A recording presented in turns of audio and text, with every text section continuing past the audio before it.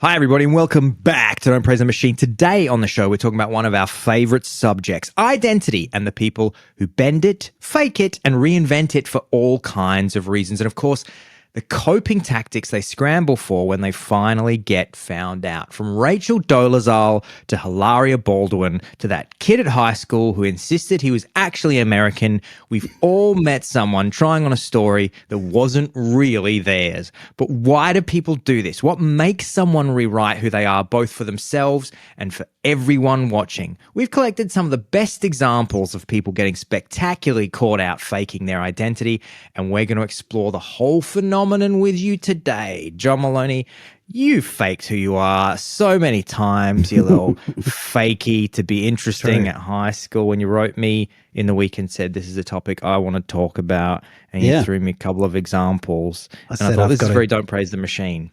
Identity, shame, exactly. With a lot. Copium, celebrity bullshit. It's got everything. And yeah, I mean, I went through high school, as you know, pretending that I had a long-lost girlfriend in Canada and I was going to move to Canada and be a snowboarder. Nobody believed me because it wasn't true. You were half Canadian. That was great that I didn't think of that, but you're absolutely right. There is a continuum, and on that continuum somewhere is the kid at high school that pretends that he's American, particularly in Australia in the 90s when that was a kind of exotic identity that, you know, was sort of vaguely plausible.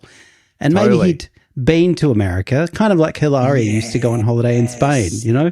He went to America for a month. Maybe he picked up a little bit of an accent in that time, and now he's just going to run with it for as long as he can. And are Australian kids still pretending to be American? Because there's also something that we're going to explore today, which is the shifting sands of the identities that people pick. Yeah. How it really is the identity du jour, if you will. They chop and change with 100%. with the winds of societal movements and things like this. Exactly. And in our day, it absolutely with the shifting values of social capital. They go, exactly. Like stockbrokers on the social capital exchange. They go, I'm gonna buy 1,000 Irish because that's kind of in right now. Or maybe get a little lilt. Or I got a hot tip that there's going to be a really good earnings report for Kalahari Bushman this quarter. Exactly. My dad is Tongan and my mum was Kalahari Bushman. And can I please get the girl? Can I please be captain of high school? Can I be cool at the party? Can I? So I think of this as kind of I think this is kind of Hilaria syndrome, because we've talked, as loyal listeners and viewers will know, we've talked quite a bit on the show about our favorite Hilaria Baldwin, who pretended to be Spanish and then was caught out and has made a series of kind of elaborate maneuvers since then to try and reinvent what actually happened and characterize it as her being honest and misunderstood, which, as we'll see, is one of the ways that you can respond when you're caught out. So this is partly a how-to guide. If you're looking to fake your cultural identity, what's the best way to respond if somebody does a bit of digging? And it's partly for me a little bit of an exploration for my own benefit into unraveling why I love these stories so very much, because I do. People that know me almost know to send me these kind of stories. You know, they'll say, if I see something about like UFOs or uncontacted tribes or white people pretending they're not white, that's going straight to John Maloney's WhatsApp. And and I love it. I love the audacity of the attempt. I love the cringe. I love the awkwardness of the reaction. I love the copium. It's all great stuff. Yeah, it is a full package, and we have some fantastic examples today, John. And they're going to stretch the gamut of also reasons that people do it, because people do it for different reasons. It could be anything from as simple as trying to get into college to wanting to be interesting and different.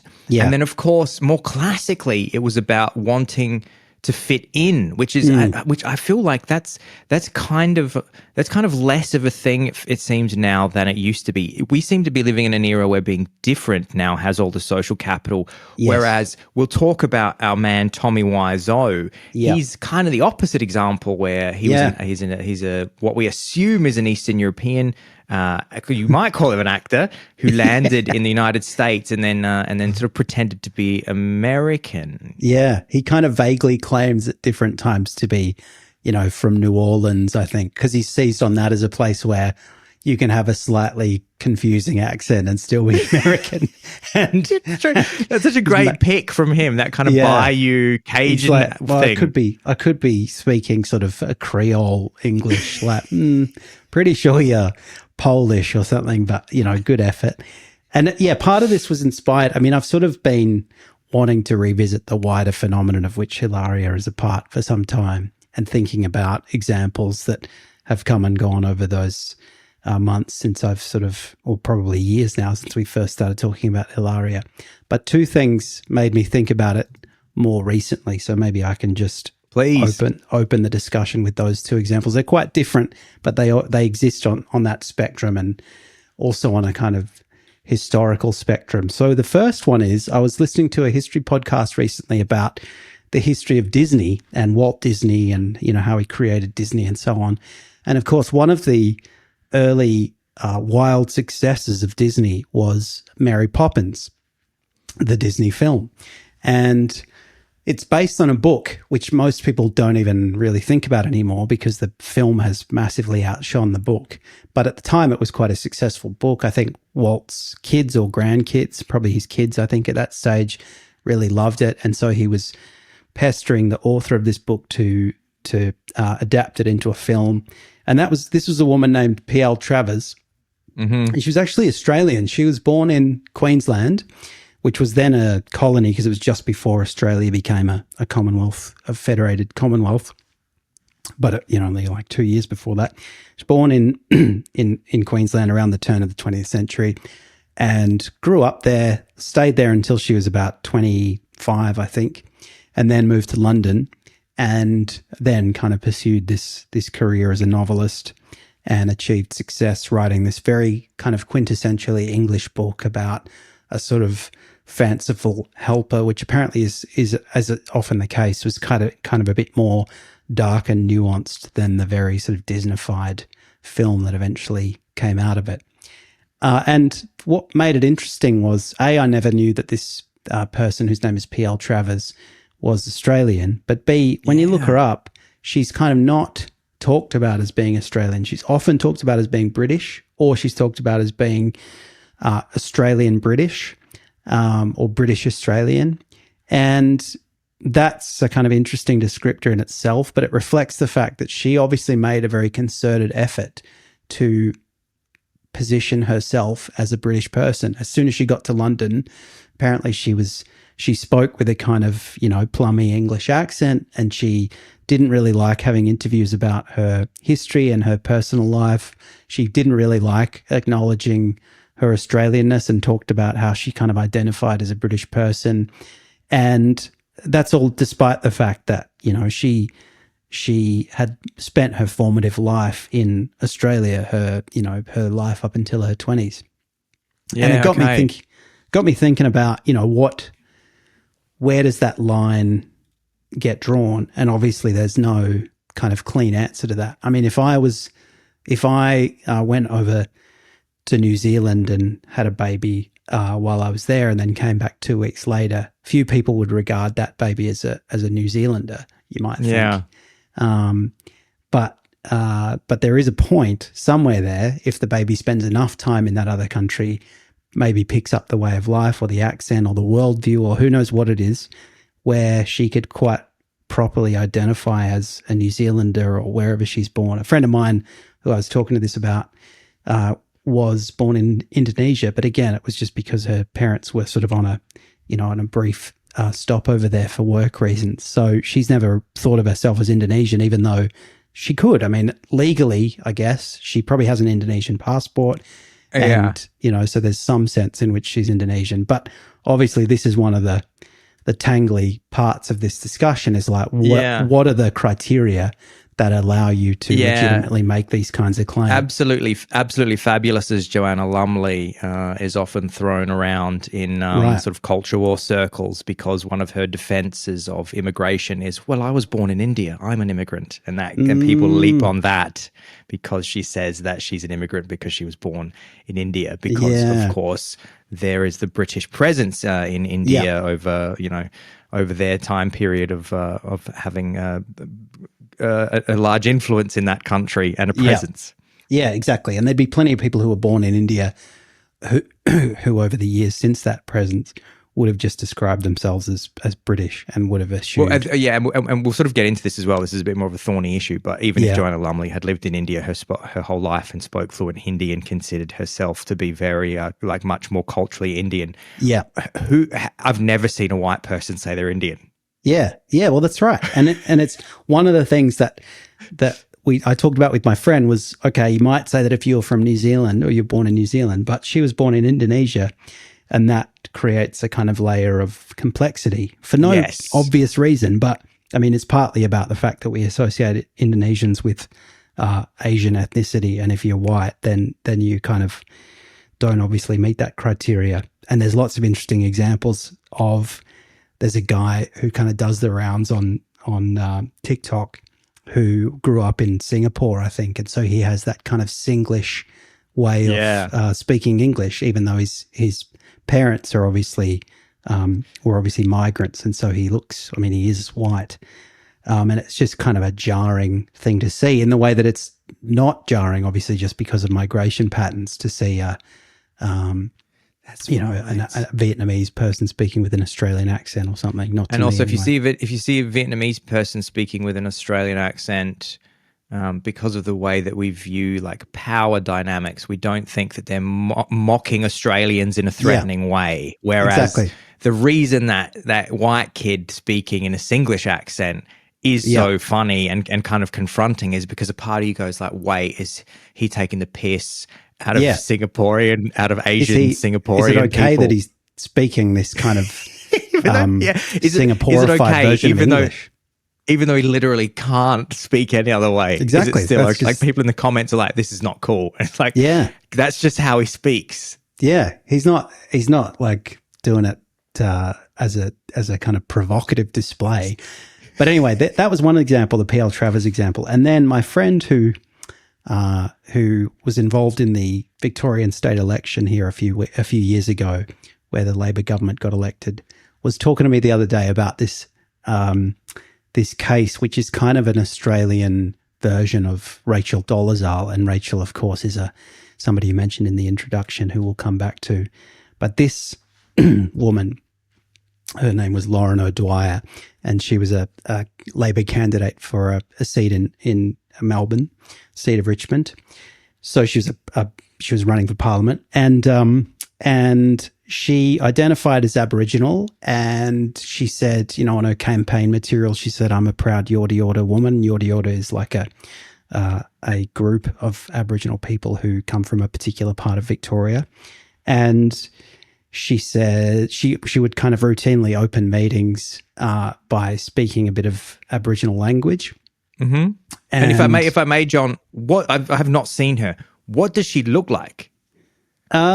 She looks like she looks basically pretty light skinned, but if she told you that she had a bit of Aboriginal ancestry, you might think that's plausible.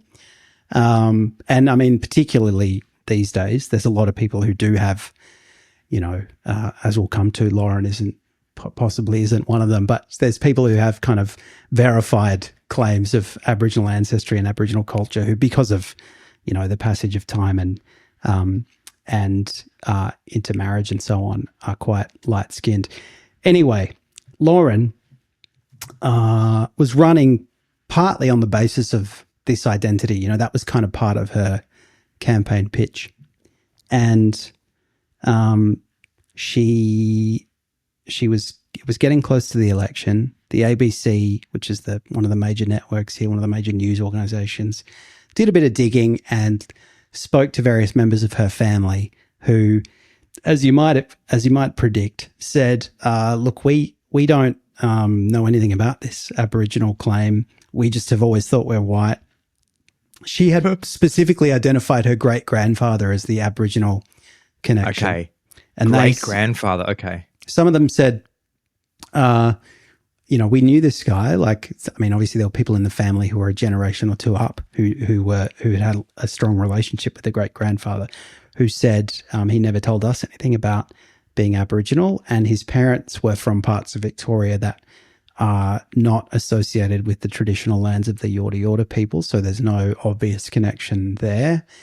And basically they just had no truck with this claim that she had any meaningful connection to Aboriginality. And as well as that, there are, say, in America and Canada, there are kind of semi-official kind of groups that represent the different language groups, different territorial groups, traditional owners in parts of Victoria. And the Yorta Yorta representatives basically said, we don't know who this person is, and we don't really recognise her claim to be a member of the Yorta Yorta group. Yeah. And as far as we know, she doesn't have any kind of Yorta Yorta ancestry. But Lauren was kind of undeterred and persisted in this claim that she was Yorta Yorta, which led to sort of an awkward standoff, I guess, where the people in the kind of upper echelons of the Labor Party soon realised that this was just a sideshow and a political liability, and they kind of started sidestepping and saying, well, it's a matter for Lauren. She said this. I don't know anything about it. Kind of hung her out to dry a bit. The press, cruelly, but I think you can't deny the cleverness of it, started calling her Sorty Yorta, which obviously caught on, and then she lost. She didn't win the seat, but it was kind of an interesting discussion about, obviously, as with Rachel Dolezal, like, again, what happens when somebody is caught out in that way? How do they respond to it? How does the rest of society respond? But perhaps even before we explore that, John, why do you think she did that? Why did she say that she was Yorta Yorta? It's a great question. I mean, she still says it. So I sort of tracked her down, and she's kind of involved in the arts in Victoria. We invited her on. Yeah, here she is. Why do you say that, Lauren? She's kind of she's in the arts in Victoria, and and she's gotten out of politics for understandable reasons, but she's still kind of in the public eye, and she still goes around identifying as a Yorta Yorta person. My guess is she actually does believe that. I think it's hard to maybe I'm too trusting, but I think it's hard to explain it as some sort of scam. I mean, there are definitely people who knowingly bullshit and or spin a kind of, like Hilaria has done, kind of walk right up to the line of openly bullshitting with a kind of skerrick of plausible deniability. But I think to actually learn some Aboriginal language, to open meetings with it, to identify yourself on campaign materials, I mean, you've got to be pretty convinced, I think, that you actually are Yorta Yorta. Now, it's not uncommon for people to hear stories like whispers in the family, oh, this person was Aboriginal or whatever. Yeah. And the reality is, if you've been in the country, if you've kind of got roots that go back, multiple generations, then that's very possible. But obviously in her case, it just wasn't something that was backed up by anything that she could show genealogically or in terms of her, backing amongst Aboriginal people in the community or people in her family. So my guess is what she did was basically she had some pretext to believe that this was true. And for whatever reason, in the kind of deep recesses of her psyche, this was a very appealing prospect. Yes. And so she clung to it. And obviously that's partly because, I mean, for the longest time, it's a bit like convict ancestry in Australia. I mean, people used to lie about that and say that they were British. There's an obituary, I think, or certainly a write-up for my great-great-grandfather, and it's got this whole bullshit story in there about how he's descended from a British army officer, which is just nonsense. We were Irish convicts. And now, I mean, I'm very happy to admit that and kind of... It's much more interesting. Yeah, much more interesting. It's a real connection to the origin of the country. Exactly. And I'm kind of proud of it. And, you know, we were probably just common criminals, but you can sort of recharacterize it as, you know, we were political prisoners and whatever. And I mean, part of the appeal of identifying with that story is obviously identifying with the oppressed rather than the oppressor. Because if your ancestor was a kind of British jailer, you sort of feel like an asshole. You're like, well, I set up this my ancestor, I'm so proud of the fact that he helped set up this kind of off-world prison colony and displace the traditional inhabitants of the land. Whereas if you say, well, you know, my ancestors were forced to be here and they made a go of it, then you're kind of not part of that story in the same way, or you can distance yourself from it. And obviously, if you can say, well, I've got Aboriginal ancestry, then that allows you to sort of also partake in that, which is, you know, it's part of the cultural moment that we're in. That having some kind of, as you say, being different has social capital, but particularly forms of difference, like, you know, not different in the sense that your ancestors were racist Afrikaners or something. You want to be different. You want to be different in a way that kind of puts you on a slightly higher moral plane to your peers. And what I think part of the delight of these stories is somebody's made an attempt to get onto a higher moral plane, and then they have to skulk back to with the rest of us normies and admit that claim was bullshit. But as you say, 70 years ago, people like a person, like she probably would have said 70 years ago, oh, actually, I'm British. Yeah, totally. And now today, it's a total like 180. She's saying, actually, I'm Aboriginal. And of course, it's also about the social milieu in which you swim. In her case, she's in the Labor Party, and particularly in the arts. Yeah. If you can claim a connection to Aboriginality in 2025, that has a lot of social capital, whereas I don't expect there's a lot of people in the upper echelons of the Liberal Party in Australia going, hey, guys, just so you know, I'm really, really Aboriginal. It'd be like, hey, that's not really helping our thing. That's true. Yeah. Interestingly, they did have one person who was a kind of slightly volatile character who subsequently got taken out of the cabinet, but she was their sort of, she was the Liberal Party's attempt to kind of get in on that. I think that they were arguably a bit manipulative of her because she was Aboriginal, but we don't need to go into that. Oh, that's a whole other story.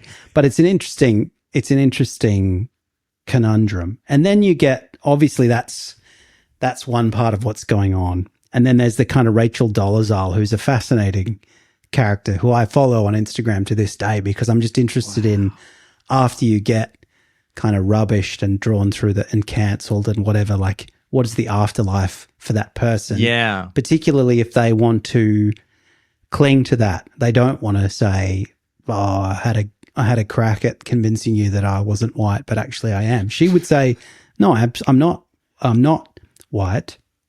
Although in Rachel Dolezal's case, it's got an interesting aspect to it where she seems to have basically admitted it, often in a kind of roundabout way or in sort of opaque language, that she's not black in any sort of empirically verifiable way of having black ancestors or, you know, being able to trace her ancestry to being African American.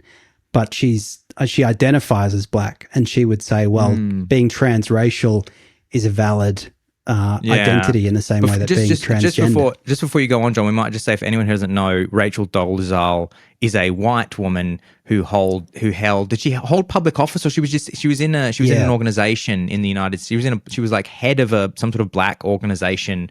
Might have been a government organization or something in the US. Yeah, a position you would expect a black woman to be in. That's right. And then a reporter found out that she was like, her ancestry was just white German or something like that. And then exactly. There was this incredible moment where he confronted her in an interview with a microphone, and you can just see, it's so incredible to watch because there's nothing that we hold onto more tightly or that is is more a part of our entire like worldview than our identity. And you can just watch in real time a person who has spent decades convincing herself and others that she is this thing, and she's reached this professional point where she claims to be this thing, and she thinks I'm safe, I'm great. She probably has embodied being a black woman, and you just get to watch in real time just the whole thing. She just realizes, oh my God, it's all falling down. My entire everything about me is about to shatter. Like, all my relationships are about to shatter. Everything. It's all been a facade. It's rare that you get to see this. It's electrifying viewing. And in the same way that you hear these stories about like some kid who shows up at college and makes up a whole fucking fake identity and tells you they're a rapper and God knows what.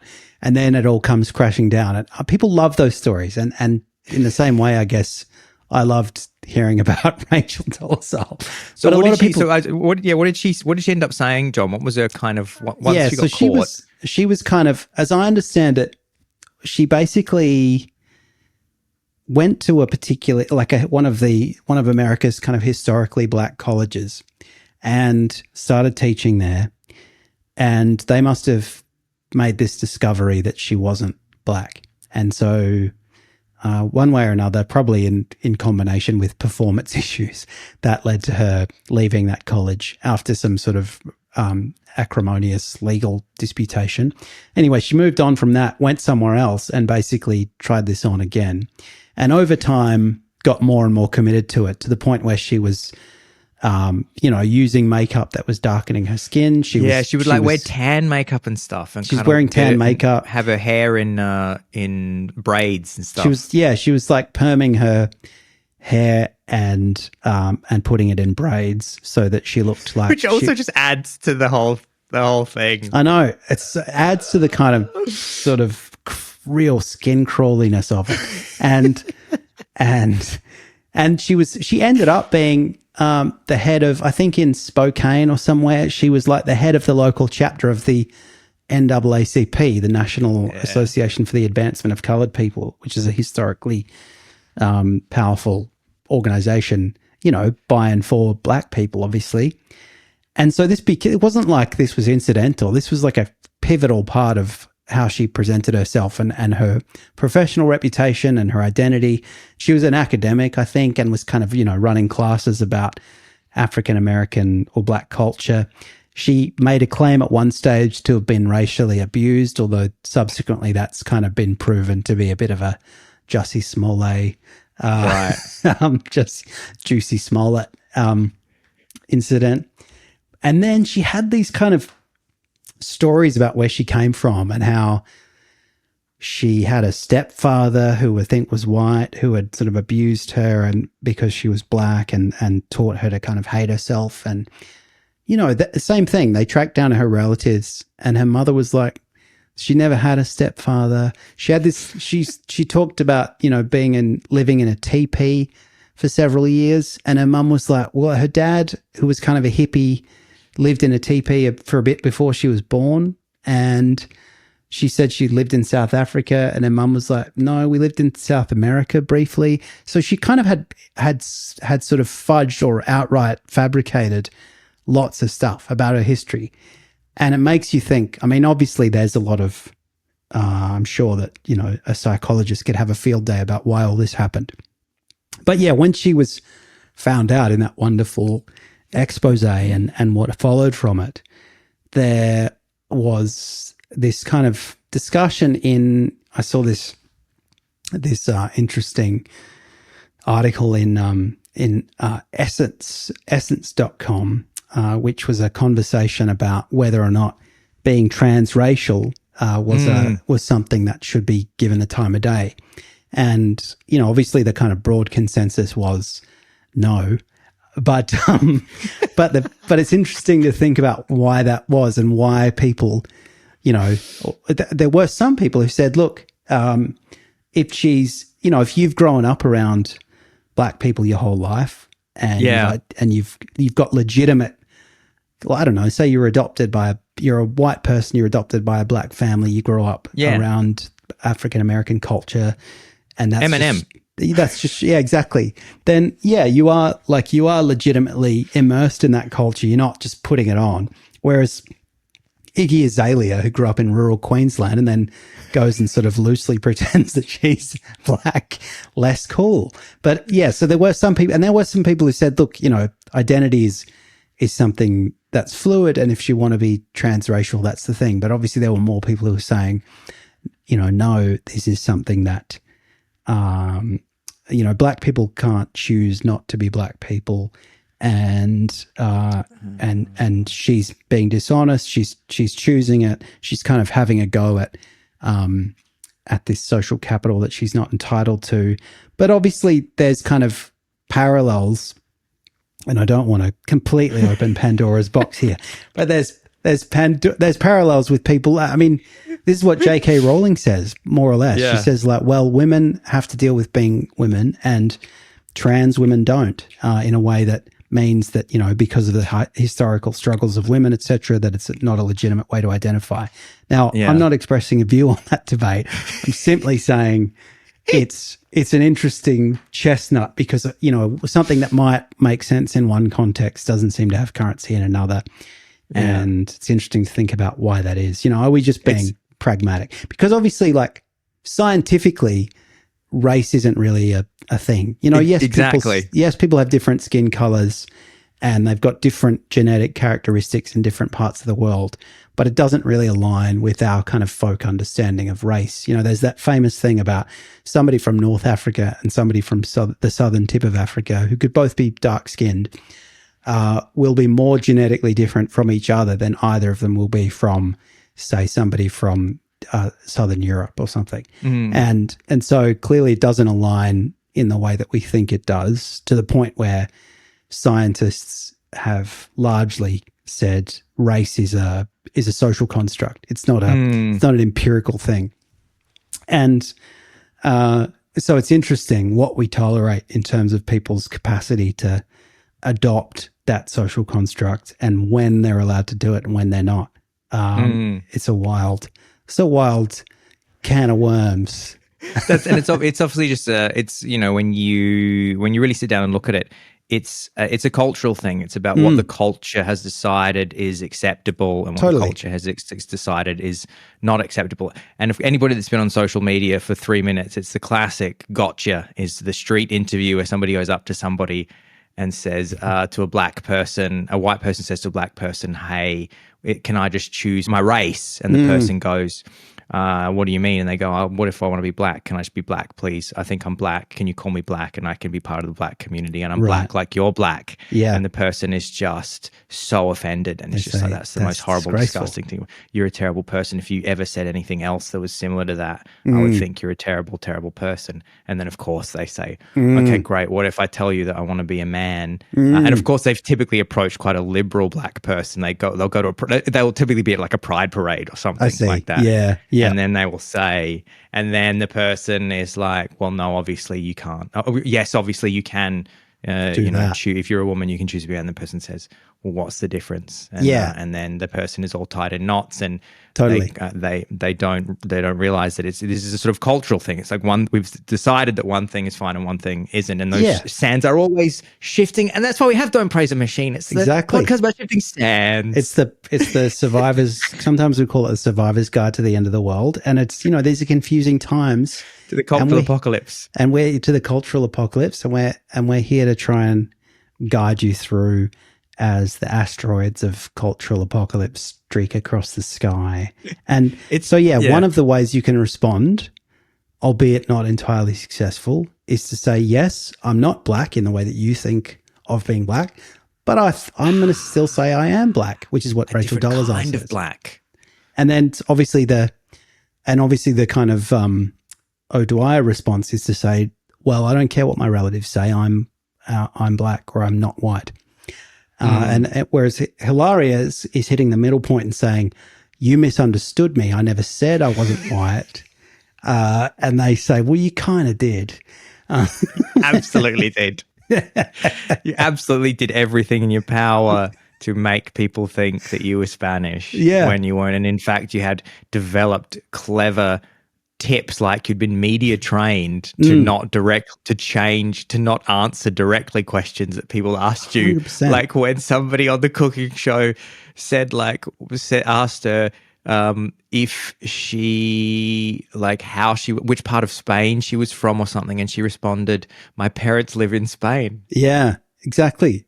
So you're Spanish, and she says, "My parents live in Spain," and they go, "So is that a yes?" I mean, that's the thing. Nobody ever asks because it gets too awkward to say, "I'm just going to press you on that. Are you Spanish?" And she's just counting on that, I suppose. But then you've got, I mean, as you say, the sands have shifted a lot. I mean, there was a time, obviously, you know, that P.L. Travers story indicates a time when Australians really thought of themselves as British. Yeah. And the British are great. Uncouth. To be Australian was to be rough around the edges and to not have a culture. This is the other thing. If you claim to be British, you're connected to this large, grand history. Whereas if you're Australian, it's like, oh, you're from that convict place that everybody's just drunk. And even 200 years later, it's the same. Yeah, exactly. Exactly. It's and now you say, yeah, I drunk am. people Love punching each other. I mean, I've got a statue down the road from me from the Boer War, which is kind of 1902, 1903, somewhere there. And so the statue was put up right at the end of the Boer War. And it says, you know, this is a statue to commemorate the proud sons of Brunswick who served the British Empire in the Boer War.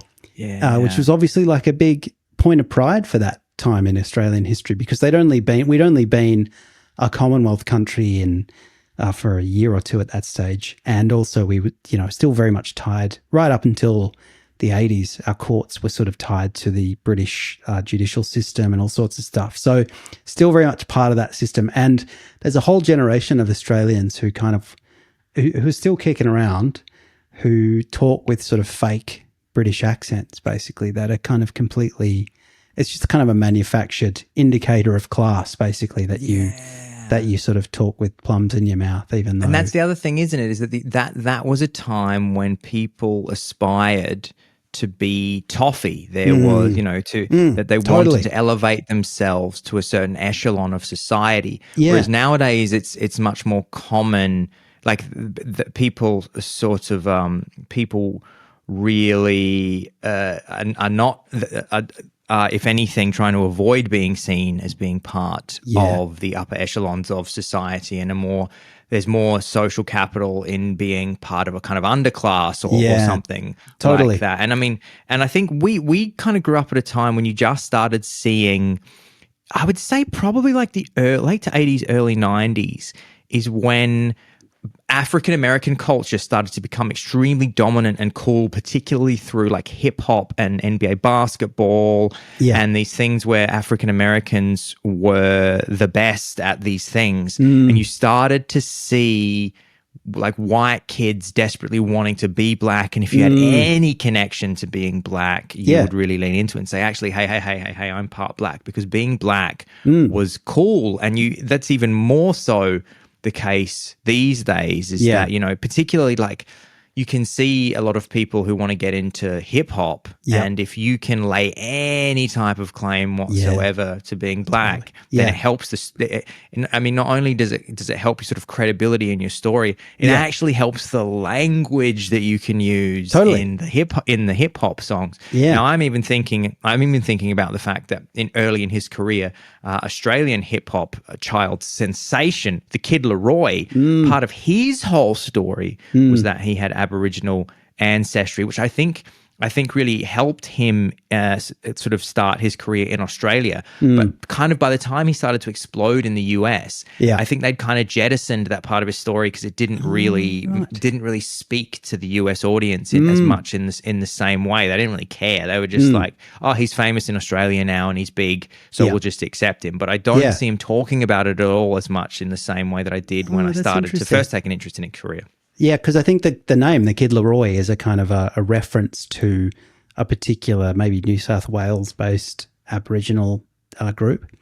Anyway, but there's also, I mean, there's that whole thing, isn't there, where people who, like Aboriginal people, have obviously identified in a different way with Black American culture. People from the Pacific Islands, you know, Maori New Zealanders, they've kind of got an interesting sense of a relationship with that culture and identification with that culture. And I guess it comes from kind of being, in an analogous, or feeling that they're in an analogous position in their own kind of social pecking order or dynamic. And so they sort of identify with it, but also like they want to identify with it because it's, it's the coolest thing that you can and be. It makes everybody's desperate to be more interesting. This is the other thing, is that if you're just born in a white country and you're white and you're a little bit of a dullard, then you're desperate to just be like, it's kind of this. It's pretty obvious throughout any type of like identity politics, isn't it? A lot of people who sort of raise their hand and go, "Hey, I'm this thing." A part of you, if you have a little bit of critical thinking, you'll look at them and go, "Is this just for attention?" Because it's so appealing to like to we desperately want to be interesting, we want to be different. We want to be sort of approved of and told that we're this interesting, different thing. It's true. No one's going, I'm really into being an accountant and I'm just going to wear my H&R Block basketball singlet around. But I mean, it's fascinating. And I've lost my train Would Hilaria have got Alec Baldwin? I mean, we still have no answer to the question of. We have no answer to the question. He said, didn't he? My wife is from Spain. This is just testament to like Hollywood gaslighting. We still have no answer to the question: did Alec Baldwin think his then soon-to-be wife was Spanish, or did he know that she was lying? And either of the answers to those questions are not good, but he has yet to answer them. And the question, of course, is like, did she manage to marry him because she convinced him that she was an exotic Spanish person? Yeah. And the idea that he married her thinking she was Spanish is just it's so good. And then had 100 kids, and they all got kind of Spanish sounding names. And then he's like, "What? You're just from Boston? You're just a white person from Boston?" But now it's too late. But yeah, the other thing I was going to say is your favorite people, the Royals, are a great example of this because, if you look at the way that they spoke 50 or 100 years ago, it was real kind of the height of British pronunciation. Whereas the way Harry talks now, or even Will, it's like they're slightly borrowing from kind of East London, and it's because please don't put our heads on pikes out the front of the palace, please. We're just exactly. Like, because they totally want to be, and used to see this at Oxford, all these kind of, rich kids who'd come from kind of landed gentry families, but wanted to sort of reinvent themselves as kind of lads, and because that's much more interesting. And you had David Cameron, who got in hot water because he described himself as middle class, and people were like, "Mate, that used to mean like teachers and nurses, not fucking David Cameron. I mean, you're not middle class." But it's obviously like nobody wants to say I'm upper class, whereas they would have at one time. They would have absolutely wanted to say that, and you would have instead had poorer people who were describing themselves in that way and then getting dragged in the media for putting on airs with false pretenses. Now it's all about taking off airs with false pretenses, basically. People saying, your dad was a high-powered lawyer. You can't claim to be, from the streets. And so, I mean, I guess it's a variation of people, of Nepo babies who conceal that aspect of themselves. Which is the entire music industry. Yeah. Because you have to be able to sell. You can't sell, I didn't have to struggle for anything and I have access to being a musician. You have to sell like a bullshit story of struggle. So like everybody in the music industry, particularly in 2025, because it's been written about a lot, the fact that there's just virtually no working class musicians or actors anymore because they just don't have the means to spend time perfecting their craft and climbing the latter because everything's just too expensive now, and those sort of opportunities aren't there the same way. Like Stuart Lee famously talks a lot about how a lot of the kind of comedians that exploded in the 1980s and bands were all on the dole for a long time, and then they sort of used that. They were able to, that's right, UB40, the form itself. And now all you have to do is scratch the surface and you just realize that your favorite musician, you just go on their Wikipedia page and you're like, why is their mum and dad in blue on the Wikipedia page as well? Right. And you click the mum and you're just like, why is her whole family in blue? Yeah. And you just click through that and you're like, oh, no. Why is there just names of corporations and generations of royals and Rothschilds in these articles? I was going to say, why is the Rothschild there again? Who are these Rothschilds? They're very talented. They're extremely talented in music somehow and everything. Yeah. Oh, not Red Foo. His dad invented Motown. Also, you're right, and that Harry's like slightly bringing in. He's not as like top. Particularly, he needs to be doing it now. Because he's trying to like be. Now he's going in interviews with his wife, and they're saying, "Harry, why'd you leave the royal family?" And he's going, "Yeah, like I can't lie. Yeah, like my wife, like she's like crazy in it. Yeah, that's what he's exactly talking about, man. Like the royals, man, they're like mad racist and tin, yeah, when they're like coming at me because my wife, she's like a tiny bit black. Yeah, it's very LEG, isn't it? My wife, yeah, she's black. Yeah, so we had to like leave because they're like mad racist and tin, yeah." I can't lie. Another shifting sand, which is, we don't have time to get into it. I saw a man today, a white guy, with dreadlocks, and I thought that's kind of on the edge now. Totally. Well, that is absolutely a thing now that is more on the out. I don't know. And it's funny you mentioned dreadlocks because dreadlocks are a thing that take years and years and years and years and years to grow. Yeah. And people have often had them for years. So you get people that got them in the white people who got them in the early 90s or 2000s. Yeah. And then they just have them and like, well, this is just my hair now. I'm sorry that I'm racist now. Exactly. But I just really liked Fruitopia in the 90s and I grew dreadlocks. I remember trying to dread my hair. I remember growing really long ginger hair in the early 2000s and then like reading internet forums about how you could dread it. I was desperate to be a ginger dreadman. Let's do it. Let's bring it the ginger back. dread man. I wanted to be the ginger dread man. Sweet Christmas coming up. I want to be the ginger dread man. That's bloody winning. Maybe we should just touch a little bit on Tommy Wiseau, John, your favorite. Sure. Who's Tommy Wiseau? So Tommy Wiseau, famously the auteur behind the classic movie The Room, that's still to this day I think is kind of does the rounds in various sort of cult cinemas, and people love to hate it. And it's a kind of, it's a whole, mystery how it even came to be made. Obviously there's now a kind of biopic about it, or at least about the kind of making of the film, less about the backstory of Tommy Wiseau. And that's partly because his backstory is shrouded in mystery. He is, as you say, like when you see him speak, you think, well, he certainly doesn't sound American.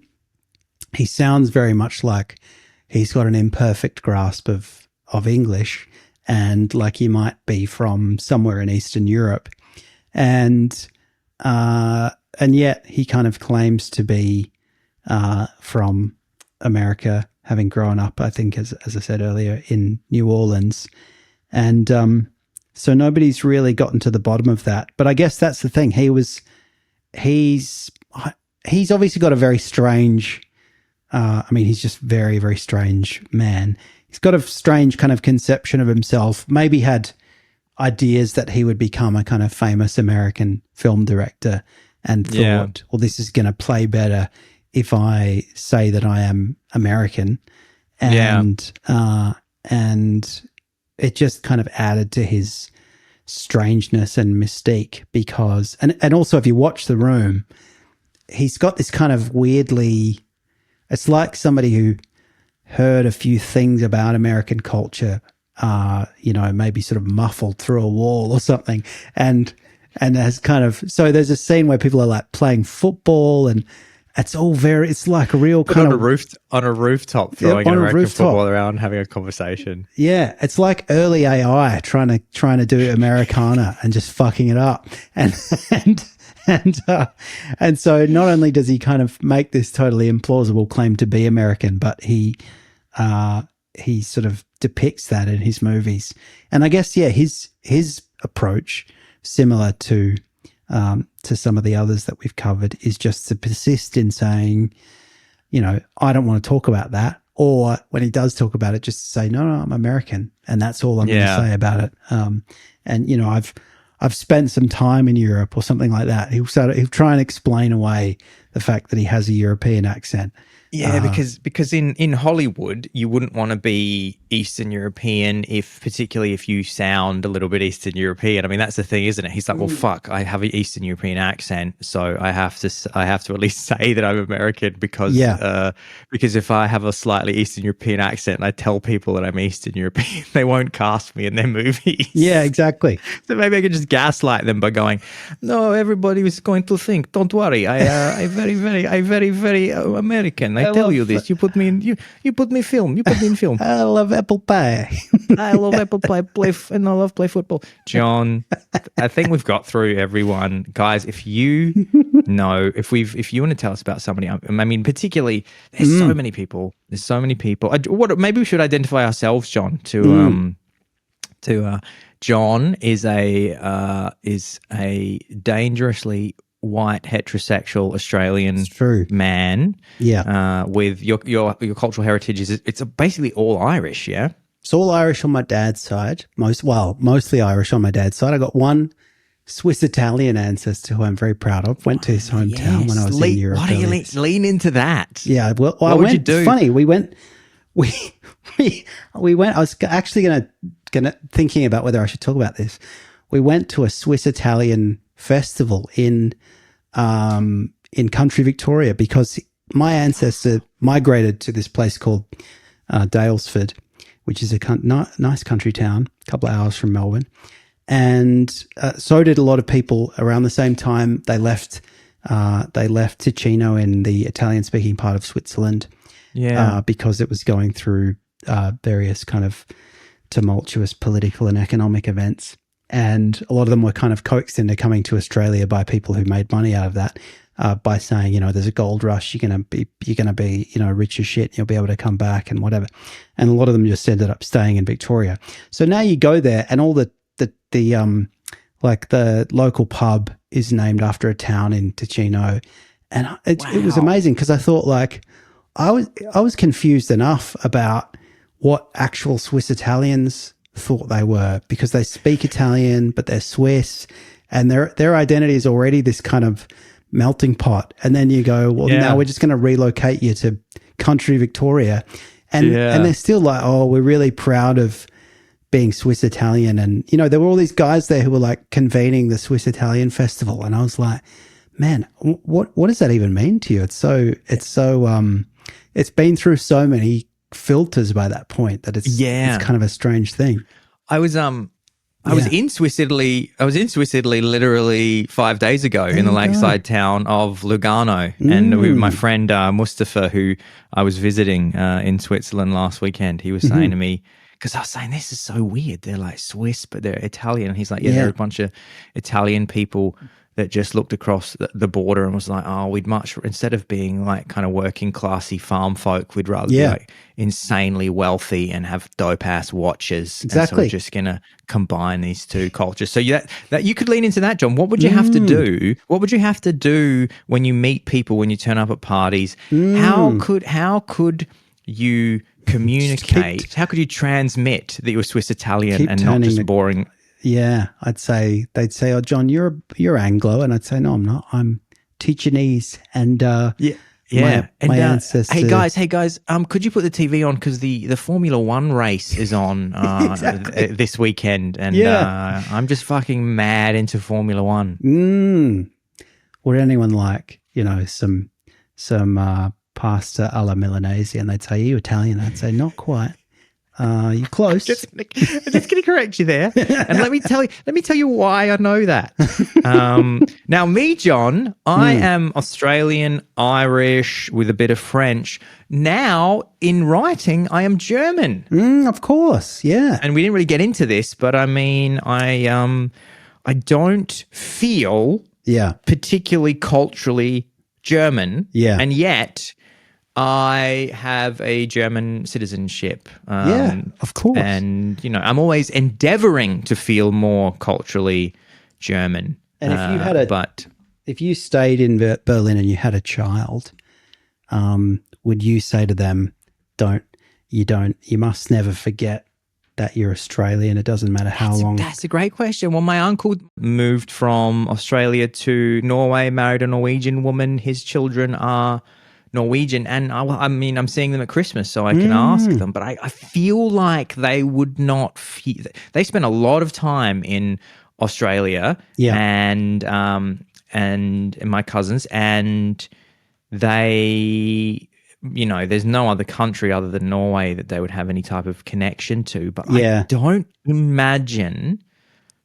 Oh, this is very fascinating. I'll ask them. I don't imagine that they would feel particularly like Australian. I think they would feel. My guess would be that they feel Norwegian with an Australian dad. And I also will have to investigate. I forget what their accents are like these days. But because they've just lived their entire lives in Norway. It's not even like they actually in some of their earlier lives they're actually in the US and stuff for his job. Yeah. But they have never lived. It's not like he said, "Oh, let's move the family to Australia for 4 years." Or whatever. But I will ask them. I'll say, "Hey, we had a question on our podcast and you guys came up." Yeah, I mean, it is interesting, particularly when you're from Australia. Partly because we're a kind of relatively young colony, and it's easy to kind of trace your lineage easier than in some places. So I know, my dad's side, I know kind of broad brushstrokes. I know on my mum's side, there's a lot of there's some German, some Danish, some Polish, some Welsh. But if I was just to say, okay, well, I've got a Welsh ancestor, and suddenly now it's really amazingly cool to be Welsh. So I'm just going to really lean into that. I mean, that would be it. And that you'd kind of, then you'd have people like you interviewed by the ABC saying, like a bit like Hilaria. John, when I knew him, he was just, he wasn't into rugby and opera singing, and then he went to one Tom Jones concert. Yeah, that's right. Exactly. And now he calls himself Lou Allen and God knows what. And he loves Catherine Zeta-Jones. Yeah, he eats rarebit. Just playing rugby. Oh, that's been a great episode on Identity, guys. If you've got a favorite person who's lied about their identity, maybe is even still currently lying about their, maybe you want to come clean. Confessions of an Identity Liar. That's you. You can get on the next podcast. Write us in. We can pitch ourselves as consultants. We've identified a few escape routes, and we'll pick the one. We're great at this. We could totally open an agency that's all about not only damage control when you, because we always say that one of the fascinations for us is the widely mocked, the people that are widely mocked on the internet, and how to cope with that. We have so many techniques for how you need to position your career once you've been widely mocked, and how you can potentially capitalize on that if you become famous for being widely mocked. And then again, if you get caught out for having lied about your identity and getting widely mocked, then we can help you out with techniques that we've learned from Rachel Dolezal, techniques that we've learned from Tommy Wiseau, Hilaria Baldwin, sort of Yorda. Maloney Holland, problem solvers. Maloney Holland, solutions for the widely mocked is our agency. Beautiful. Thank you so much, everybody. And John Maloney, this week you sent out some beautiful emails to people. It was Cyber Monday. Saying to people, if you want to join the Patreon, it's a good time because December is free. Yeah. If you want to have a month for free of Don't Praise the Machine Patreon, every single tier, you get the episodes one day free. early. Yeah, And you also get the bonus episode once a month, Don't Praise the Machine After Dark, where we absolutely don't do any prep whatsoever. And some wild, weird and strange places it gets taken to. And then there's the 3 tiers. You can choose a tier that's right for you and your family. And you won't pay a cent until 2026. So jump on ASAP and enjoy freeloading the life of a DPTM member. You can, in a way, you can convince yourself of your own fake identity as a DPTM Patreon subscriber. Beautiful. Thank you so much, John Maloney, and thank you, everybody. And we can't wait to see you next week. The podcast.